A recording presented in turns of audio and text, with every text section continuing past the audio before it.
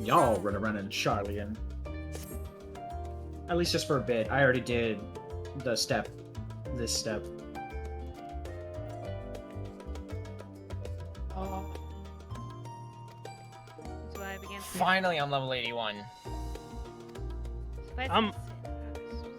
I'm a little over halfway there to 82. Alright, hitting the books. Y'all go enjoy that. Oh, wait. Sight's at the end. Sightseeing log? Yeah, there's a sightseeing log. Yeah. I'm gonna go get that. Where is this? The By quest the you need to take? stadium. Yes. To the stadium. Rig.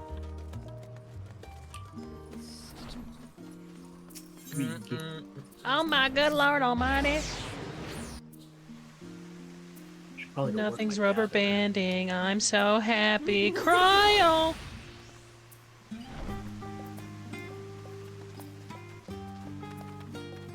Was he over here like, hubby? Hubby? Jesus Christ, you guys are all over the damn place. My directions were easy enough to follow, I hope. In any case, you stand now before the doors of Numenon, Sharlayan's grandest collection of books and tomes. This building is actually only an entrance, and one of many at that, for the archives of Numenon extend deep beneath the surface like the roots of a tree. The vast halls of the Great Google Library pale in comparison to Numenon's endless maze of subterranean chambers. Any citizen of Sharlayan is free to enter and peruse its shelves. Oh, most of its shelves. Only Archons are afforded access to certain restricted vaults. I've dispatched Hishtola and Raha to investigate those. Meanwhile, Alice and Alphino will help me continue my search through the tracks open to the general public. Your status presents more of a problem. As a non-citizen, you are only permitted to browse the first floor here at the entrance. Even so, there should be a number of books which touch upon Sharlayan history or foreign policy. Your task will be to find and study the relevant publications. I promise you, a working knowledge of those subjects will make it far easier to spot the sort of clues you... Let's go. Books. Books. Oh my lord. Oh, God. Alright, I'm heading in the left. Making a circle. Brightly colored book. Oh, yay, coloring book. I don't want to read this. Oh my god, that's a lot. I believe in you guys. Reading.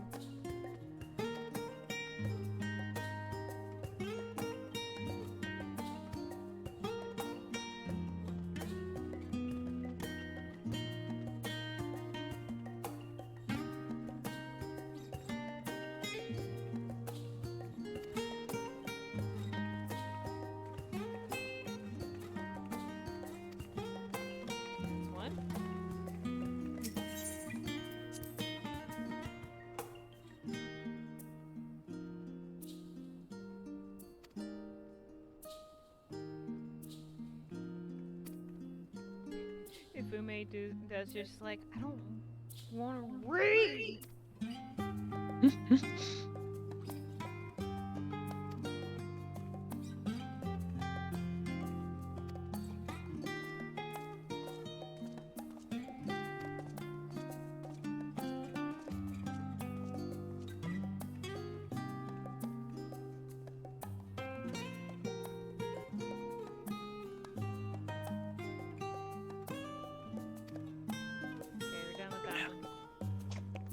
Take another pain pill, Jesus fuck.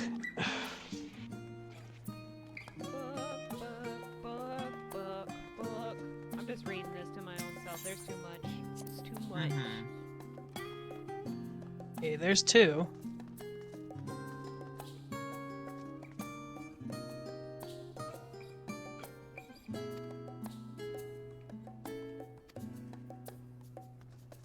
Wait, what?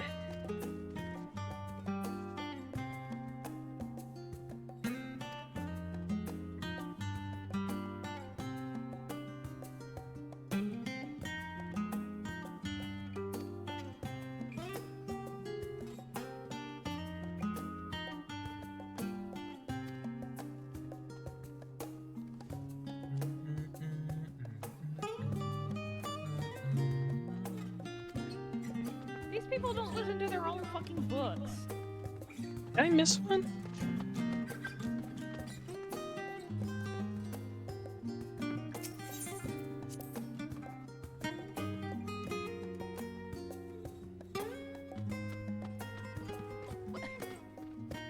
Oh, there it is.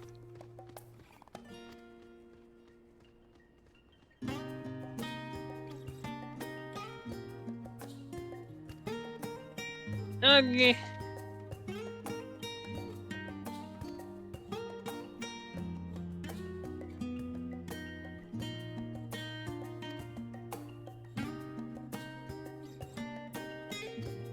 Where's the other? Where's the other one?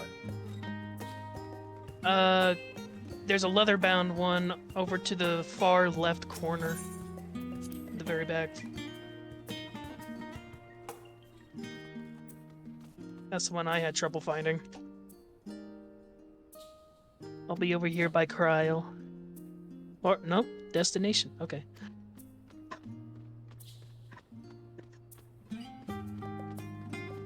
Gathering boom.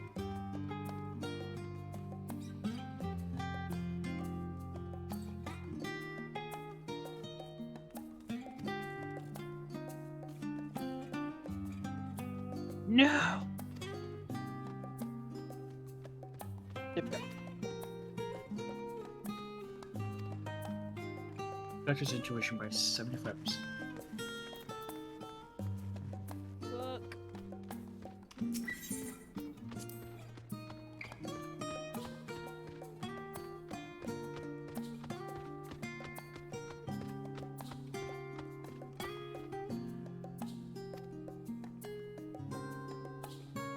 You ever have it where like you're looking at your screen and it looks perfectly fine, but you look up and suddenly you have the vision of like you're very tired? What? Almost like your eyes are tired? Yeah, like Yeah. you're looking at your computer screen and everything seems fine, but you look up away from it and everything's just like that slightly bit of blurry, like you're tired. Oh, yeah. And it's just like my eyes don't feel tired, but my vision says otherwise. Oh, this is definitely a place store where I can tell. Oh, no, maybe not. Sorry, were you waiting long? I've aged by 2 years. I wanted to make sure I'd borrow at least a few promising volumes. Alphino and Cryle should also be along shortly. I was delayed in similar fashion. As far as I could see, no titles in the Archon stacks mentioned the final day specifically, so we have no choice but to start with the what? Tangentially relevant tomes, if they are even that. At present, the plan is to skim through as quickly as we dare and share our discoveries as we make them. It would have been nice to invite everyone to the estate, plenty of comfortable places to read, and a ready supply of hot tea. Oh, I was always quite fond of reading outside. But it's not about the little pleasures, is it? You miss your home. It's been difficult. After our arrival, we managed to speak with one of the family servants and ask how things were. It seems our dear father has instructed the staff that even if Alphino and I were to return to Sharlayan, we were not to be allowed across the threshold. Fuck him. A harsh measure indeed. I hope that our efforts to understand his position, and that of the Forum, will perhaps lead to a reconciliation. We'll mend this rift one day, I'm certain of it. And what of you, Graha? Have you been to visit your family? Or do they not live here in the city? Well, my situation is also somewhat complicated. I was raised in Sharlayan, yes, but I was born rather further away. In the southern reaches of Ilzabard, in fact. For generations, my people have dwelt in Corvos, the coastal region outside the island of Thavnair. The Alligans founded a city in that fertile land, and by ship brought in the subjugated tribes of the Mikote to serve as laborers. Of course, the massive earthquakes of the Fourth Umbral Calamity brought an end to the Empire's reign, and when the Fifth Calamity froze the seas solid, many of the tribes still living in Corvos braved the journey back to Eorzea.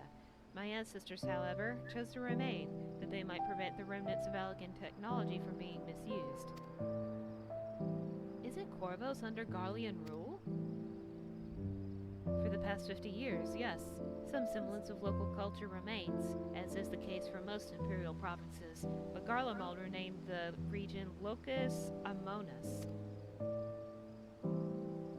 When I was a boy, a nearby town came under the jurisdiction of an illustrious imperial family, the nobles of House Darnus. House Darnus demonstrated a singular interest in elegant civilization, so my tribe was forced to consider a plan of action. For some time already, voices had been raised in favor of abandoning our ancient customs. After all, the Allegheny no longer passed to our eldest children as reliably as it once had. Fear of discovery eventually tipped the scales, and the decision was made to bury our ties to the knowledge and traditions of Alleg. As the last child born with the Allegheny, I was given over to the custody of friends and the students of Valdesman, who had me registered as a Sharlayan citizen. I never even considered... Forgive me, it was an unkind question. Even Thancred was taken in by Archon Louisois, was he not? Stories of adopted waifs and rescued orphans are more common among Sharlayans than you might think. Yet regardless of our origins, we are all provided with an equal opportunity to learn, and with sufficient perspice. We outsiders can even earn the vaunted title of Archon. This is exactly why I have such a love for this country, and why I wish it to remain a nation of which its citizens can be proud. I'm surprised Plivy didn't scream at the ear wiggle. Hear, hear. Another good reason to get to the bottom of the forum's stubbornness, aside from the trifling matter of our impending doom. I didn't scream because I'm really hitting the fifis right now, Oh, yeah. because I'm learning more about Graha's background. Yeah. Excuse us while we try to make some headway into these books, Fiera. More company should be arriving any moment now. Okay.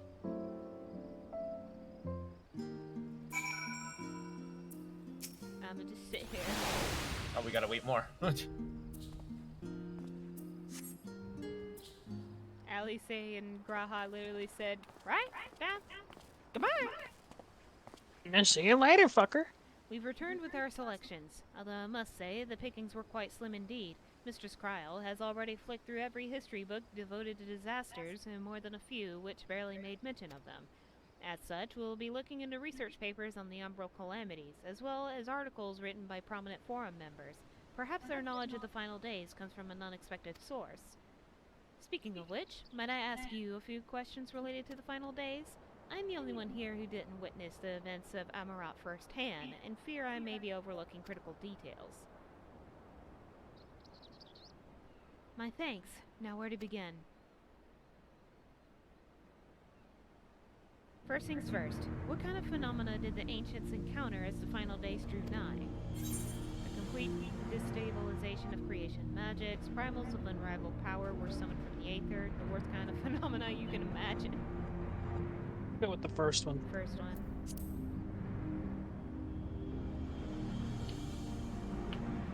Yes, the unfolding catastrophe wrought havoc on all manner of life. The chaos extended to the ancients themselves, causing their powers of creation to spiral out of control. Fear and despair manifested in terrible, tangible fashion.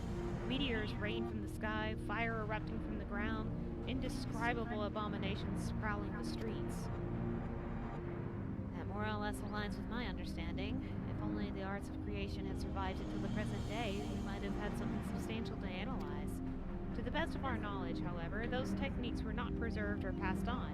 Ishtola surmises that the closest known magic is that of the summoning rituals promulgated by the Asians. Was there aught else of note which heralded the approach of the final days? The entire star was engulfed by disaster all at once. They say it began with a keening sound from the land itself. Alphino, you can answer this one. The entire star was engulfed by disaster all at once. I think you may be misremembering. I couldn't remember. As I recall, it was more of a gradual spread. The Amarati spoke of a keening sound that rose from the land itself. That's right, just before a region was visited by catastrophe. We never did hear this sound ourselves, of course. That's why! Okay. Thrust as we were into the midst of the madness. So the ground was crying out, you say? To be considered the harbinger of doom, it must have been quite distinctive. Probably quite loud. I'll have to speak with one of Numenon's mammoths and ask after any books which make mention of such a sound. Last but not least, would you describe how the ancients sought to quell this unprecedented calamity? What definitive action did they take? They Summoned Heidelin. Titan. No, they summoned Zodiark, and then Heidelin was created to, you know. Oh, that's to right. quell. Zodiark. Yes, yeah. They summoned Zodiark first. Completely screwed me up. I had Zodiark in my head and it overrid it as I was thinking it. I was thinking. I forgot that the final days were brought not because of Zodiark desiring power.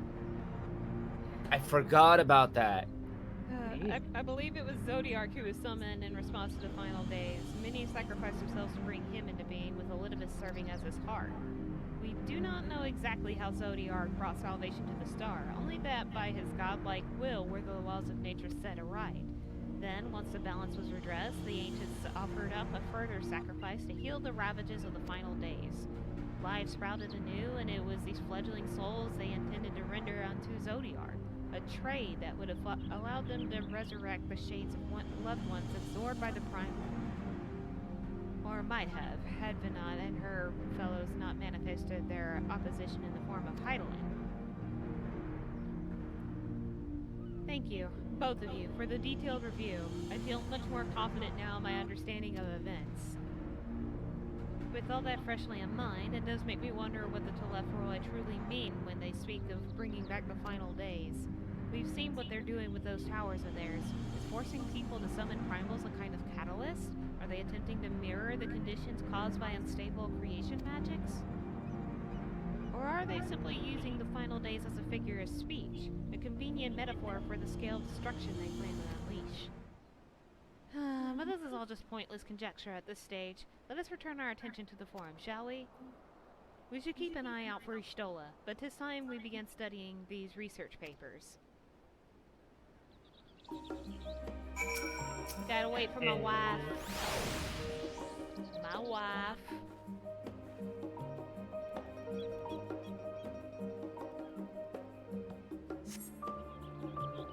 God, that seemed to take forever. I'm the last, am I? Well, my extended search of the Archon stacks produced one or two possibly useful books, but I wouldn't get your hopes up. If you recall, Urianger learned of the source's reflections from the Garen oracles. For its potential to cause panic and confusion, that tome was deemed apocrypha and sealed away in the Great Google Library. 'Tis even less likely that knowledge of the unsundered world, not to mention the horrors of the final days, would be left sitting on a shelf for any curious scholar to find. It stands to reason, then, that my colleagues, be they archons or counselors, should perforce be largely ignorant of the subject. Yet, when you confronted Master Fortuno with knowledge of the Telepharoi and their machinations, he scoffed at the suggestion that they posed a threat. He seemed adamant that the Forum would know if the final days were truly upon us, which only supports the conclusion that whatever privileged wisdom is guiding the Forum's behavior, it is being kept secret from the rest of the nation. I just watched her face just go down. It's like, I'm angry about this. Wait, what? Not that I mean to excuse myself from reading duty. Whether they contain mention of the final days or no, these books could yet hold something of value. You weren't thinking of leaving, were you? There's plenty of work for everyone. Wait, what quest are you guys picking up right now?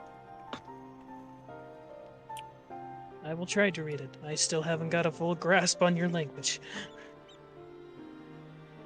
We are. You labor for what feels like an age as Ishtola's research assistant. Ah, there you are. Okay, I'm heading back. Oh dear, you look exhausted. But what about your studies? Were you able to find any books on the subjects I mentioned? And the day was well spent. Should you wish to read them again, a mammoth at the reference desk will point you in the right direction. For the moment, though, I suggest you take a well-deserved rest. We might be occupied with our research for quite some time. Shoo!